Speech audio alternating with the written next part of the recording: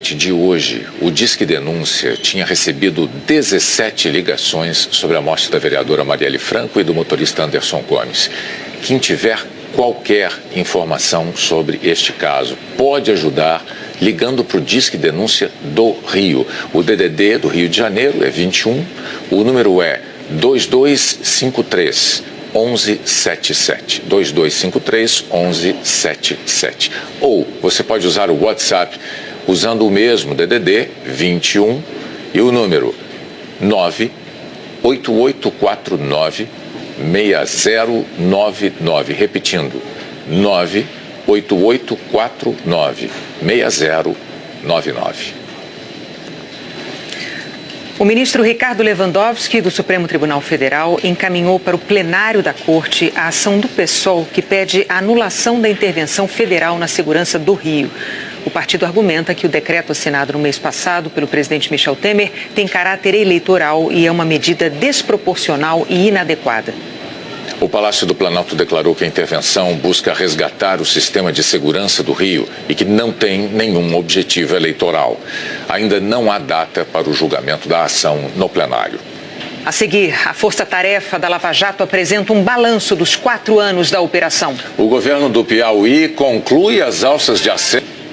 O juiz Sérgio Moro marcou um novo interrogatório de Marcelo Odebrecht, ex-presidente do grupo. Ele vai falar dia 11 de abril na ação que investiga a compra de um terreno que seria para o Instituto Lula em troca de favorecimentos na Petrobras. Marcelo Odebrecht apresentou novos e-mails no mês passado e afirmou que os documentos comprovam as negociações para a compra do terreno para o Instituto Lula.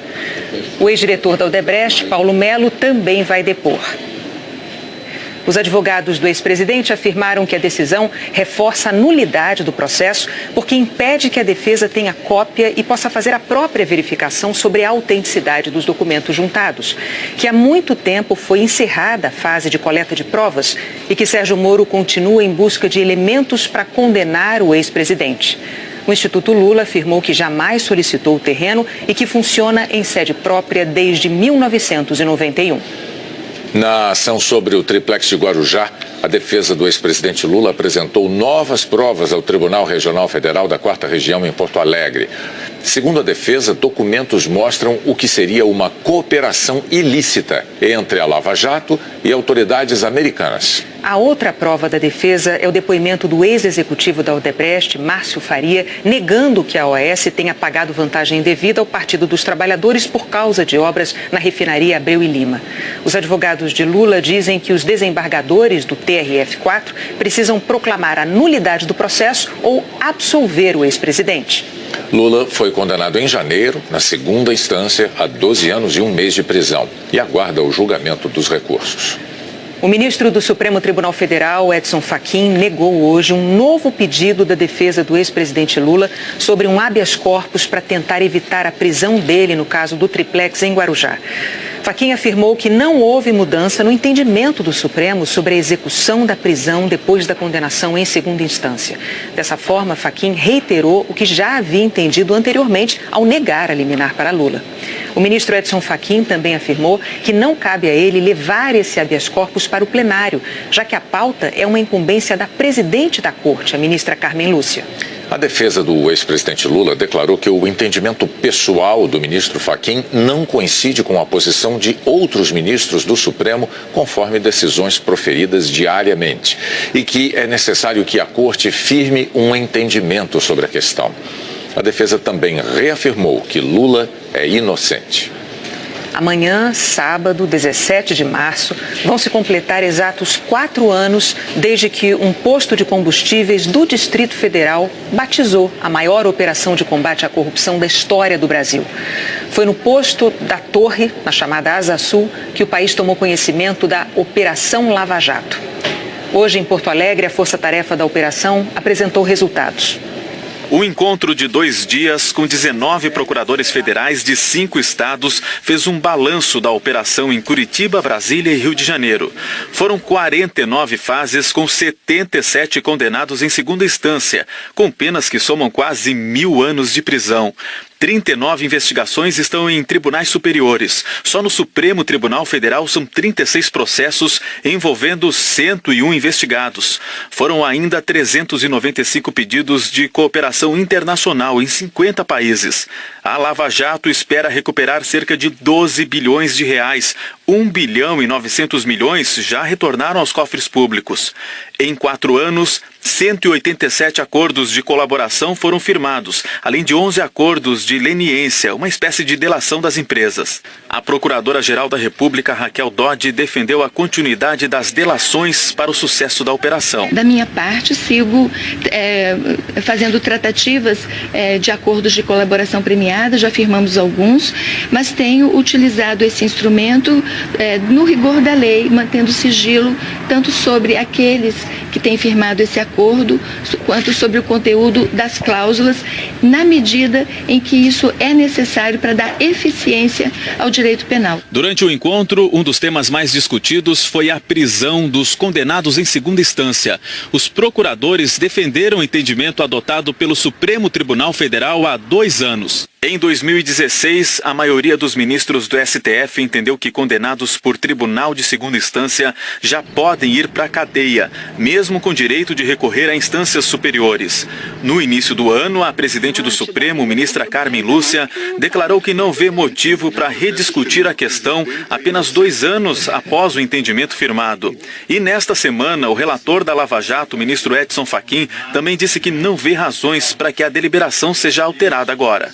Se o Supremo Tribunal Federal reverteu seu entendimento quanto à prisão após a decisão de segunda instância, ele vai enterrar o combate à corrupção e à impunidade no nosso país. Essa é a nossa preocupação central hoje. Se esse entendimento for mantido, a expectativa é que dentro de um prazo razoável, a grande maioria dos réus foram condenados venham a cumprir pena dentro de uma perspectiva curta aí de tempo. Depois do Jornal Nacional mostrar uma situação absurda no Piauí, o governo do estado decidiu concluir as alças de acesso de uma ponte. É na estrada que liga os municípios de Dom Inocêncio e São Lourenço do Piauí. Sábado agora, o JN mostrou que a obra estava parada desde o fim do ano passado. As pessoas precisando fazer uma baldeação, atravessando a ponte a pé. Para concluir a estrada, o governo do Piauí afirmou que falta pouco mais de 20% e que ela vai ser asfaltada a partir de abril, depois do período chuvoso. O jornalismo serve para isso também, né? Acordar as autoridades. Para isso que a gente está aqui.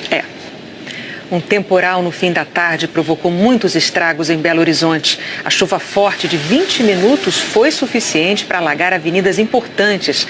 A região oeste de Belo Horizonte foi a mais atingida. Em muitos pontos, carros foram arrastados por vários metros, em alguns casos com pessoas dentro.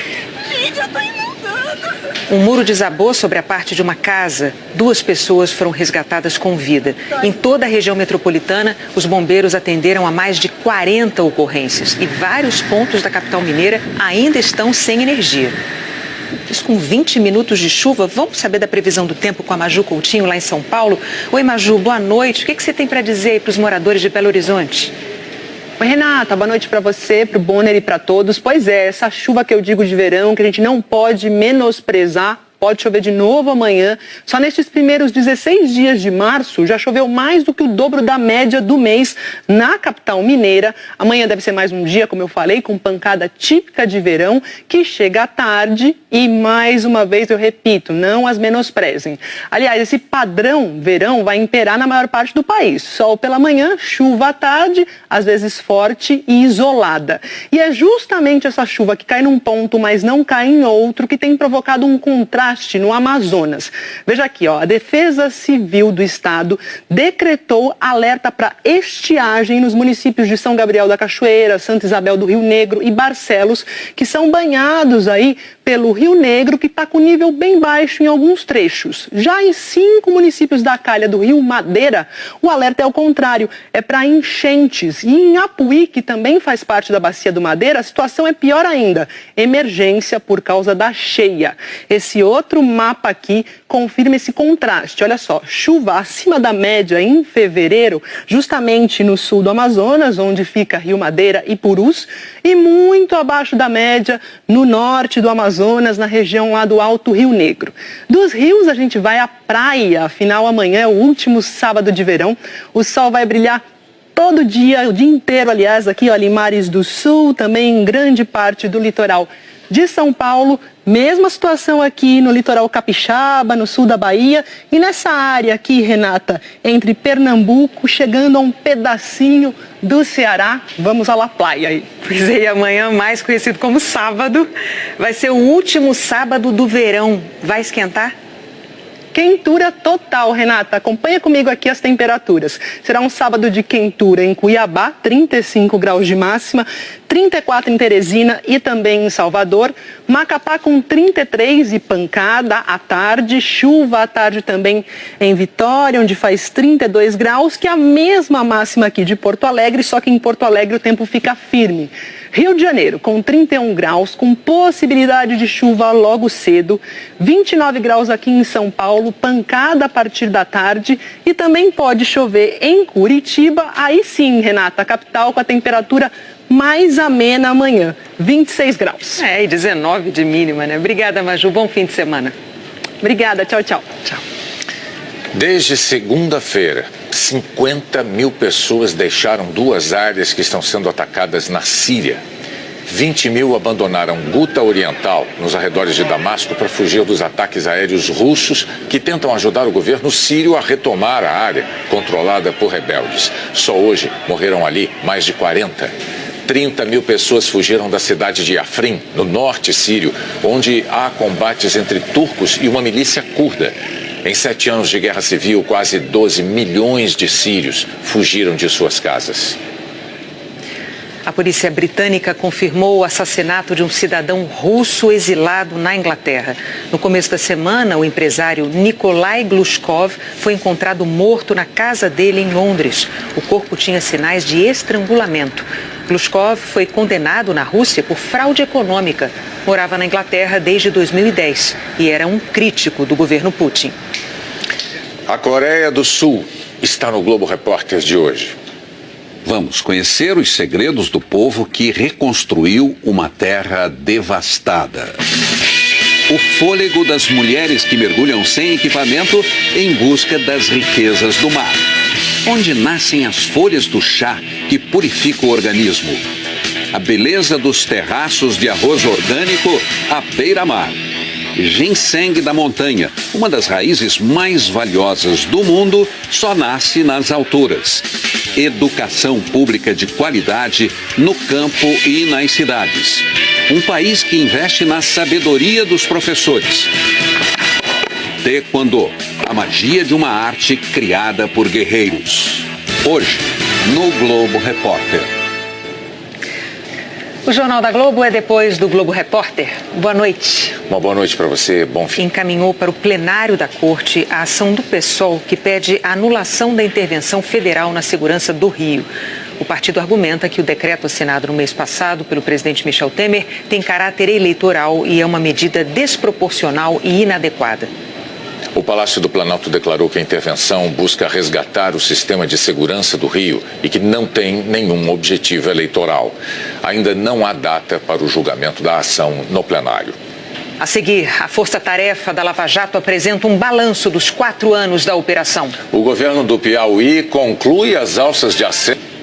O juiz Sérgio Moro marcou um novo interrogatório de Marcelo Odebrecht, ex-presidente do grupo. Ele vai falar dia 11 de abril na ação que investiga a compra de um terreno que seria para o Instituto Lula em troca de favorecimentos na Petrobras. Marcelo Odebrecht apresentou novos e-mails no mês passado e afirmou que os documentos comprovam as negociações para a compra do terreno para o Instituto Lula. O ex-diretor da Odebrecht, Paulo Melo, também vai depor. Os advogados do ex-presidente afirmaram que a decisão reforça a nulidade do processo porque impede que a defesa tenha cópia e possa fazer a própria verificação sobre a autenticidade dos documentos juntados, que há muito tempo foi encerrada a fase de coleta de provas e que Sérgio Moro continua em busca de elementos para condenar o ex-presidente. O Instituto Lula afirmou que jamais solicitou o terreno e que funciona em sede própria desde 1991.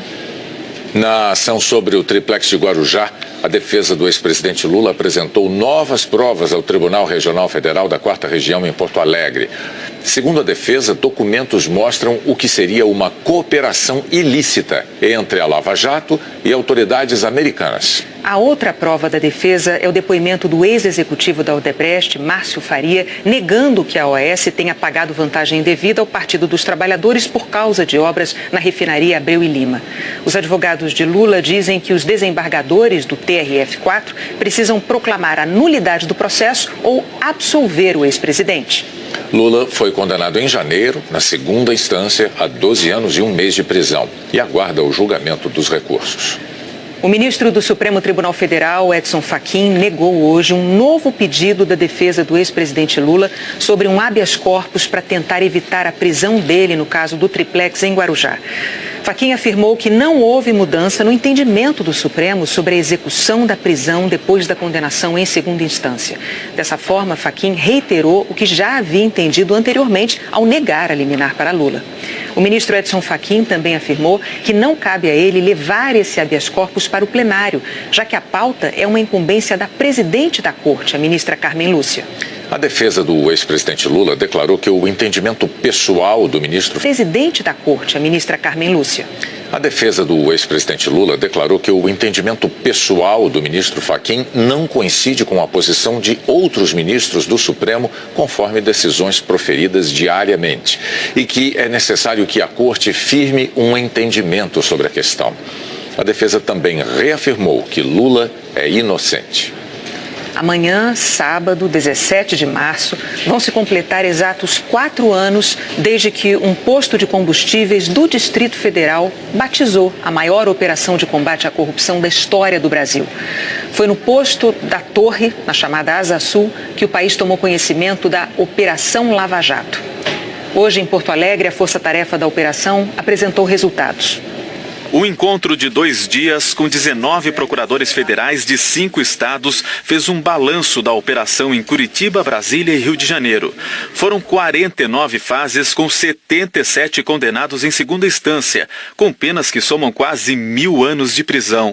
39 investigações estão em tribunais superiores. Só no Supremo Tribunal Federal são 36 processos envolvendo 101 investigados. Foram ainda 395 pedidos de cooperação internacional em 50 países.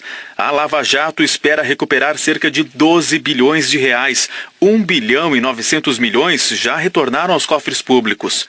Em 4 anos, 187 acordos de colaboração foram firmados, além de 11 acordos de leniência, uma espécie de delação das empresas. A Procuradora-Geral da República, Raquel Dodge, defendeu a continuidade das delações para o sucesso da operação. Da minha parte, sigo fazendo tratativas de acordos de colaboração premiada, já firmamos alguns, mas tenho utilizado esse instrumento no rigor da lei, mantendo sigilo tanto sobre aqueles que têm firmado esse acordo, quanto sobre o conteúdo das cláusulas, na medida em que isso é necessário para dar eficiência ao direito penal. Durante o encontro, um dos temas mais discutidos foi a prisão dos condenados em segunda instância.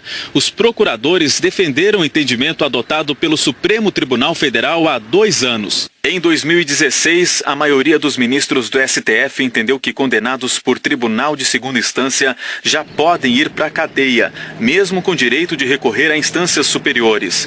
No início do ano, a presidente do Supremo, ministra Carmen Lúcia, declarou que não vê motivo para rediscutir a questão apenas 2 anos após o entendimento firmado.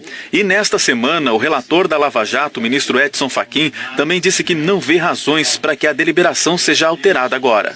Se o Supremo Tribunal Federal reverteu seu entendimento quanto à prisão após a decisão de segunda instância, ele vai enterrar o combate à corrupção e recorrer a instâncias superiores. No início do ano, a presidente do Supremo, ministra Carmen Lúcia, declarou que não vê motivo para rediscutir a questão apenas 2 anos após o entendimento firmado. E nesta semana, o relator da Lava Jato, o ministro Edson Fachin, também disse que não vê razões para que a deliberação seja alterada agora. Se o Supremo Tribunal Federal reverteu seu entendimento quanto à prisão após a decisão de segunda instância, ele vai enterrar o combate à corrupção e à impunidade no nosso país. Essa é a nossa preocupação central hoje. Se esse entendimento for mantido, a expectativa é que dentro de um prazo razoável, a grande maioria dos réus foram condenados venham a cumprir pena dentro de uma perspectiva curta aí de tempo. Depois do Jornal Nacional mostrar uma situação absurda no Piauí, o governo do estado decidiu concluir as alças de acesso de uma ponte. É na estrada que liga os municípios de Dom Inocêncio e São Lourenço do Piauí. Sábado agora, o JN mostrou que a obra estava parada desde o fim do ano passado. As pessoas precisando fazer uma baldeação, atravessando a ponte a pé. Para concluir a estrada, o governo do Piauí afirmou que falta pouco mais de 20% e que ela vai ser asfaltada a partir de abril, depois do período chuvoso. O jornalismo serve para isso também, né? Acordar as autoridades. Para isso que a gente está aqui. É. Um temporal no fim da tarde provocou muitos estragos em Belo Horizonte. A chuva forte de 20 minutos foi suficiente para alagar avenidas importantes. A região oeste de Belo Horizonte foi a mais atingida. Em muitos pontos, carros foram arrastados por vários metros, em alguns casos com pessoas dentro. Um muro desabou sobre a parte de uma casa. 2 pessoas foram resgatadas com vida. Em toda a região metropolitana, os bombeiros atenderam a mais de 40 ocorrências e vários pontos da capital mineira ainda estão sem energia. Isso com 20 minutos de chuva. Vamos saber da previsão do tempo com a Maju Coutinho lá em São Paulo. Oi, Maju, boa noite. O que você tem para dizer aí para os moradores de Belo Horizonte? Oi, Renata, boa noite para você, para o Bonner e para todos. Pois é, essa chuva que eu digo de verão, que a gente não pode menosprezar, pode chover de novo amanhã. Só nestes primeiros 16 dias de março já choveu mais do que o dobro da média do mês na capital mineira. Amanhã deve ser mais um dia, como eu falei, com pancada típica de verão, que chega à tarde e, mais uma vez, eu repito, não as menosprezem. Aliás, esse padrão verão vai imperar na maior parte do país. Sol pela manhã, chuva à tarde, às vezes forte e isolada. E é justamente essa chuva que cai num ponto, mas não cai em outro, que tem provocado um contraste no Amazonas. Veja aqui, ó, a Defesa Civil do Estado decretou alerta para estiagem nos municípios de São Gabriel da Cachoeira, Santa Isabel